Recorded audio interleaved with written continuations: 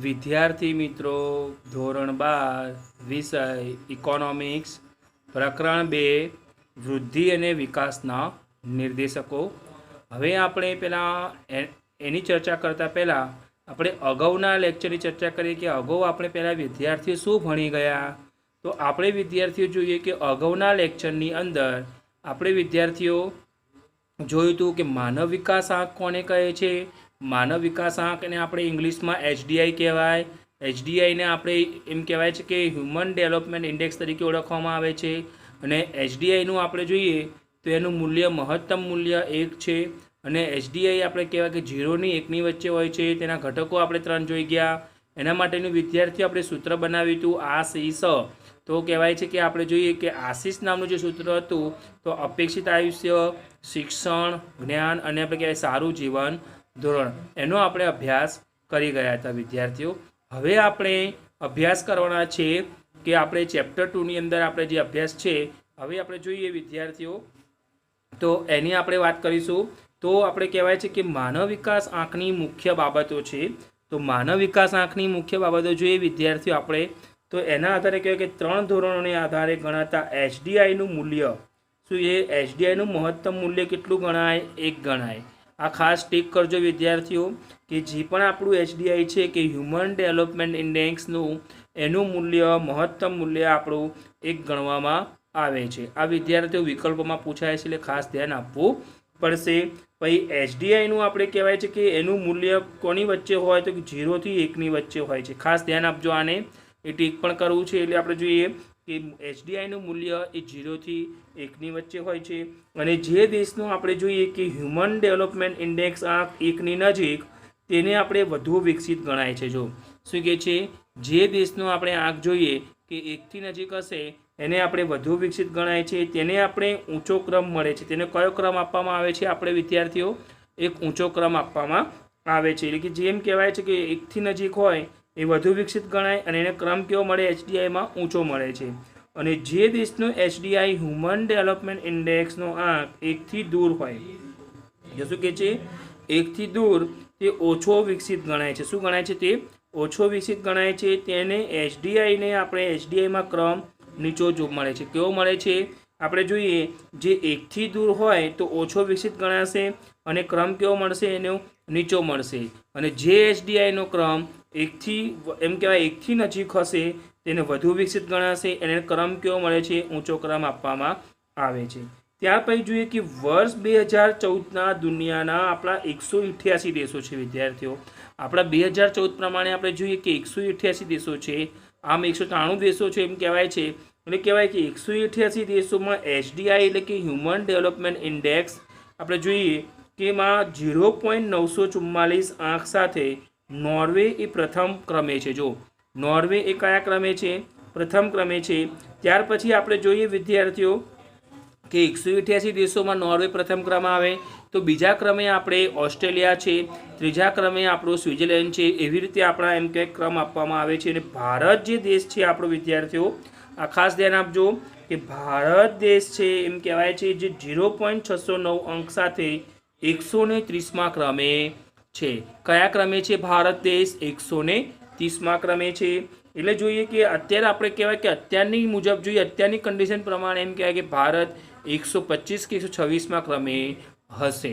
એટલે પહેલાં આપણે 2014ના આંકડા પ્રમાણે કે 188માં ભારત, આ યાદ રાખજો ખાસ, આ આંકડાઓ બોર્ડની એક્ઝામમાં પૂછાય છે વિકલ્પોમાં.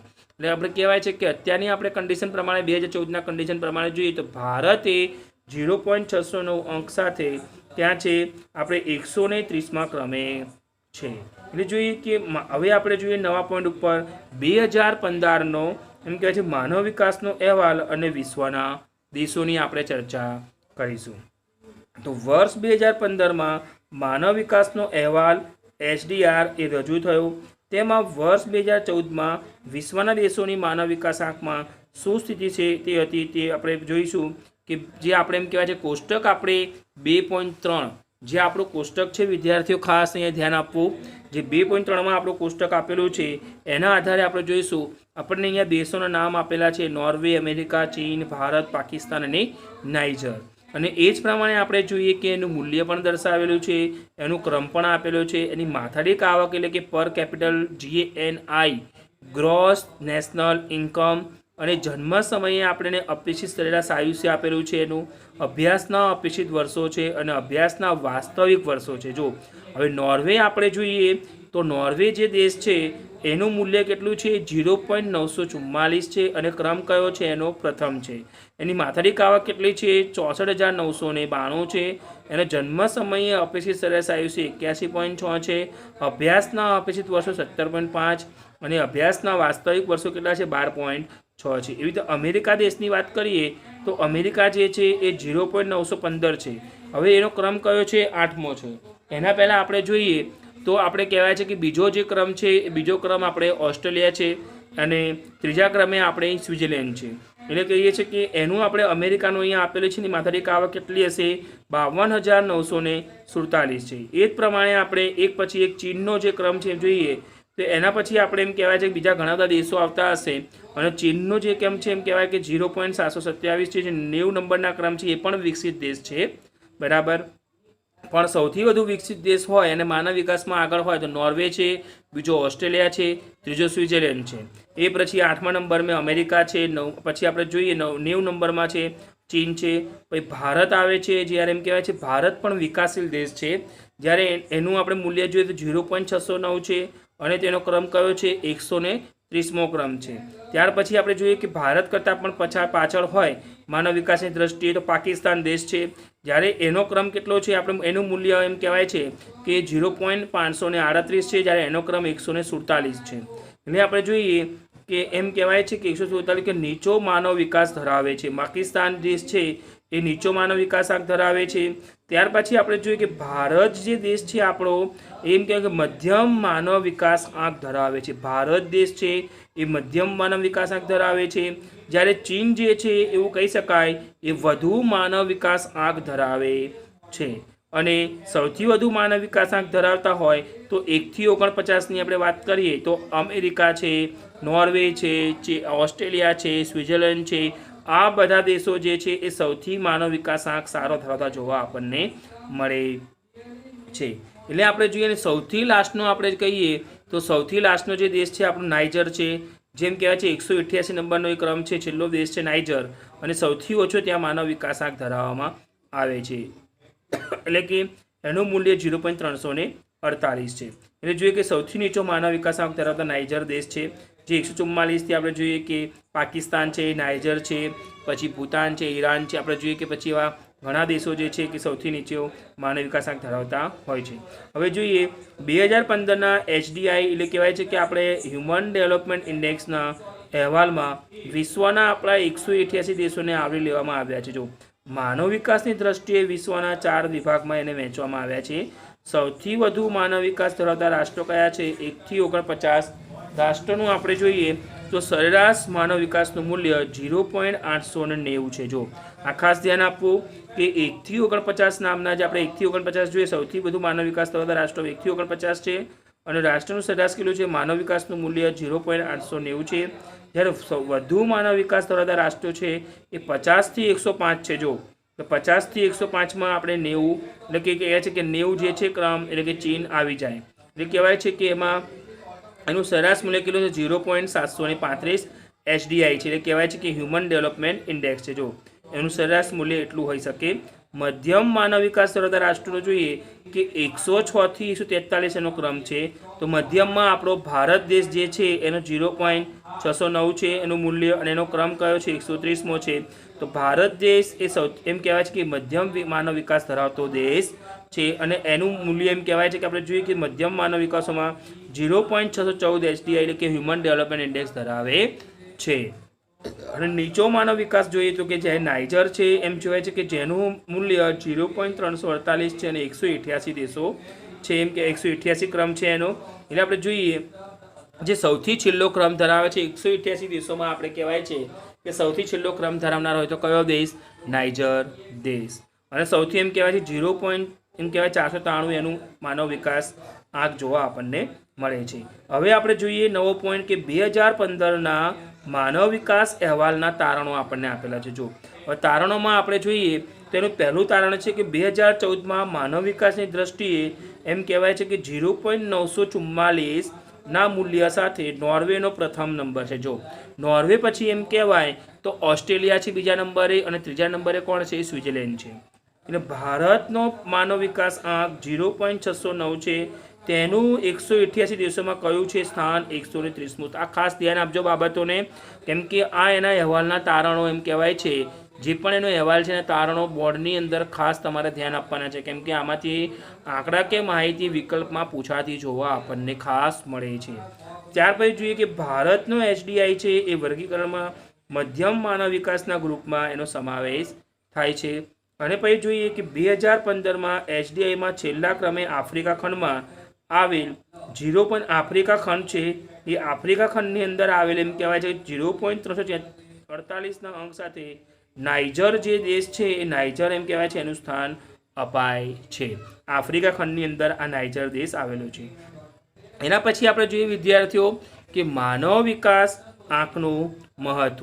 તો માનવ વિકાસ આંકના મહત્વની ચર્ચા કરી દઈએ તો કે આર્થિક વિકાસના હ્યુમન ડેવલપમેન્ટ ઇન્ડેક્સના માપદંડમાં માત્ર આર્થિક નહીં પણ સામાજિક કલ્યાણના શિક્ષણ અને આરોગ્ય જેવા માપદંડનો પણ સમાવેશ. જો શું કહે છે?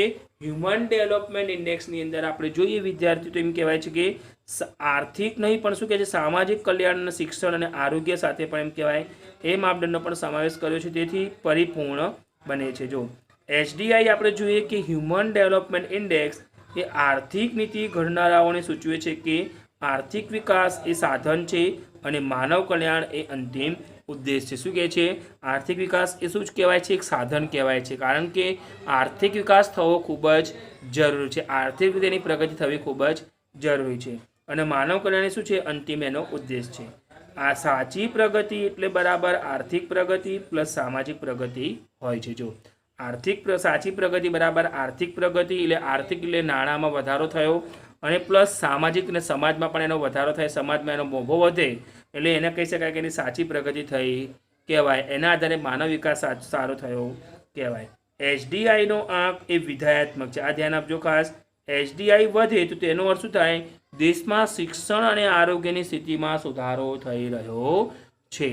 HDIમાં આપણે જોઈએ કે HDI વધે તો એમ કહેવાય હ્યુમન ડેવલપમેન્ટ ઇન્ડેક્સમાં જો વધારો થાય વધે તો દેશમાં શિક્ષણ અને આરોગ્યની સ્થિતિમાં શું થાય છે? સુધારો થાય છે. એટલે એના આધારે આપણે કહી શકીએ કે એની આર્થિક સ્થિતિમાં પરિસ્થિતિમાં સુધારો થયો છે. એટલે એના આધારે કે આરોગ્યની સ્થિતિ પણ એની સુધરતી જોવા આપણને મળે છે.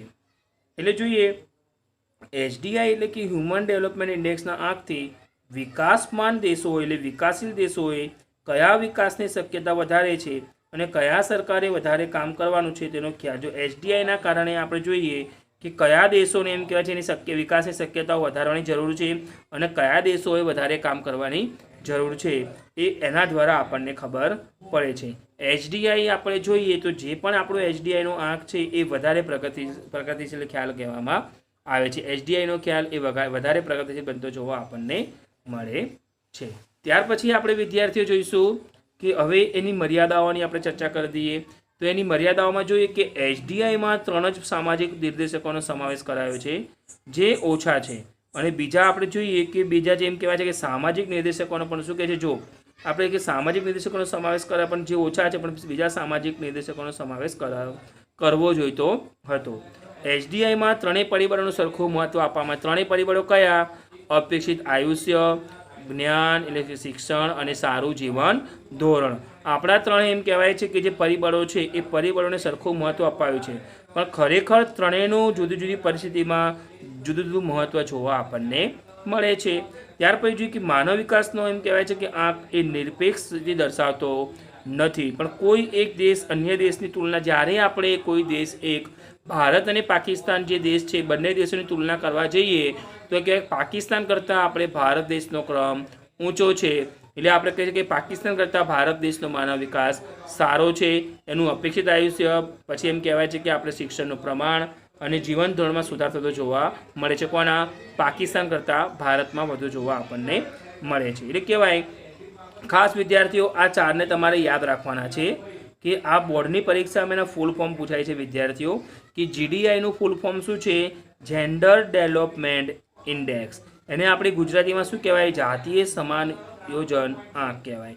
TAI technological achievement index technology કી સિદ્ધિ આંક કહે છે.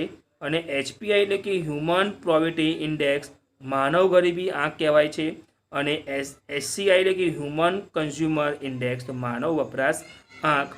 આ નિર્દેશકોનો ઉપયોગ કરવામાં આવે છે. આ 4 નિર્દેશકમાંથી ગમે તે ફૂલ ફોર્મ બોર્ડની પરીક્ષામાં પૂછાતું જોવા આપણને ખાસ મળે છે. અને વિદ્યાર્થીઓ આભાર.